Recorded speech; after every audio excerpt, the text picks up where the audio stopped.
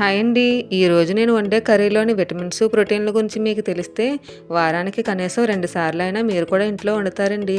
ఎందుకంటే అన్ని proteins, minerals అలాగే కాల్షియం కలిగిన ప్రోటీన్స్ అండి. వీటిలో ఉండే పదార్థాలన్నీ కూడా మన మానవ శరీరానికి ఎంతగానో ఉపయోగపడతాయండి. చూసారా, ముందుగా వీటిని చూడండి, ఎంతో శుభ్రంగా చాలా అందంగా ఉన్నాయి కదా. వీటినైతే ముందుగా మనం వాటర్లో వేసేసుకుని పైపర్ వచ్చేంత వరకు కూడా చాలా నీట్గా అయితే క్లీన్ చేసుకోవాలి. ఈ పుట్టగొడుగులో ఎన్ని విటమిన్స్, ప్రోటీన్స్ ఉన్నాయో మీకు తెలుసా?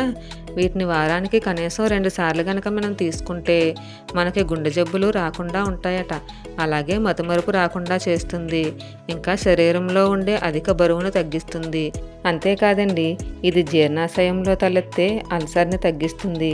అలాగే శరీరంలో ఇనుము శాతాన్ని పెంచి రక్తహీనత రాకుండా చేస్తుంది.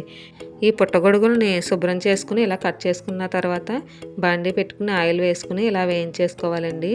వేయించుకోవడం వల్ల ఏంటంటే వీటిలో ఉండే కొంచెం స్మెల్ అయితే పోతుంది, టేస్ట్గా అయితే ఉంటుందండి కర్రీ. వీటిలో ఉండే ప్రోటీన్స్, మినరల్స్ మన మెదడు చురుకుగా పనిచేయడానికి కూడా చాలా ఉపయోగపడుతుంది. అంతేకాదండి, వీటిని బ్యూటీ ప్రొడక్ట్స్లో కూడా వాడతారట.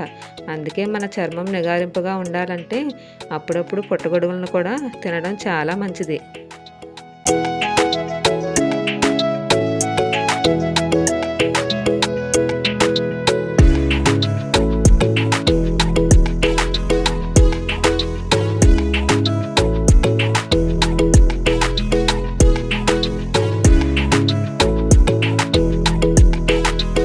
వేగిన మష్రూమ్స్ని అయితే తీసుకుని పక్కన పెట్టేసుకుని ఇప్పుడు ముందుగా కట్ చేసుకున్న ఉల్లిపాయ ముక్కలను అయితే మనం వేయించుకోవాలి.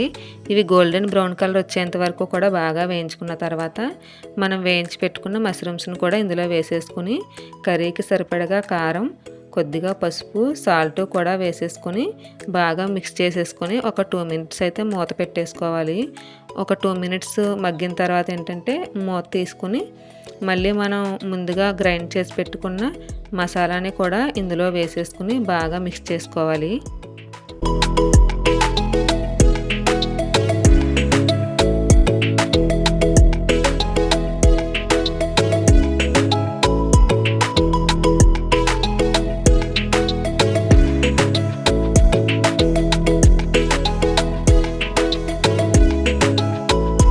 ఇప్పుడైతే ఇందులో కొద్దిగా వాటర్ కూడా వేసుకుని ఇలా బాగా మిక్స్ చేసుకోవాలి. ఇప్పుడైతే కొంచెం సేపు మూత పెట్టేసుకొని ఒక 5 to 10 మినిట్స్ అయితే బాగా కుక్ అవనివ్వాలి. చూసారు కదా, ఇప్పుడైతే వాటర్ అంతా కూడా బాగా ఆవిరైపోయిందండి.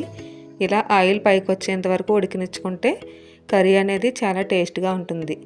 కాలాలతో సంబంధం లేకుండా ఎప్పుడూ కూడా హెల్తీగా ఉండాలి అని అనుకునేవారు అందరూ కూడా కనీసం వారానికి 2 సార్లైనా ఈ కర్రీని ట్రై చేయండి. తప్పకుండా హెల్తీగా అయితే ఉంటారు. వీడియో నచ్చితే లైక్ చేయండి, షేర్ చేయండి.